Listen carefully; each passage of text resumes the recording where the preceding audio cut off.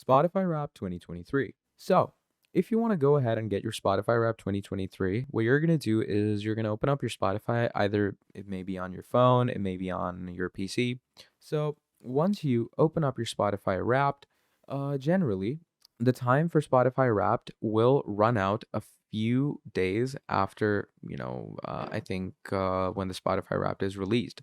But you can actually find your Spotify Wrapped playlist if you like your top songs 2023. So, this is going to be your Spotify Wrapped, and they're going to give you a whole public playlist. Okay. You can also find Spotify Wrapped in your library if you want to. So, just go into your library. Okay. You can even expand it.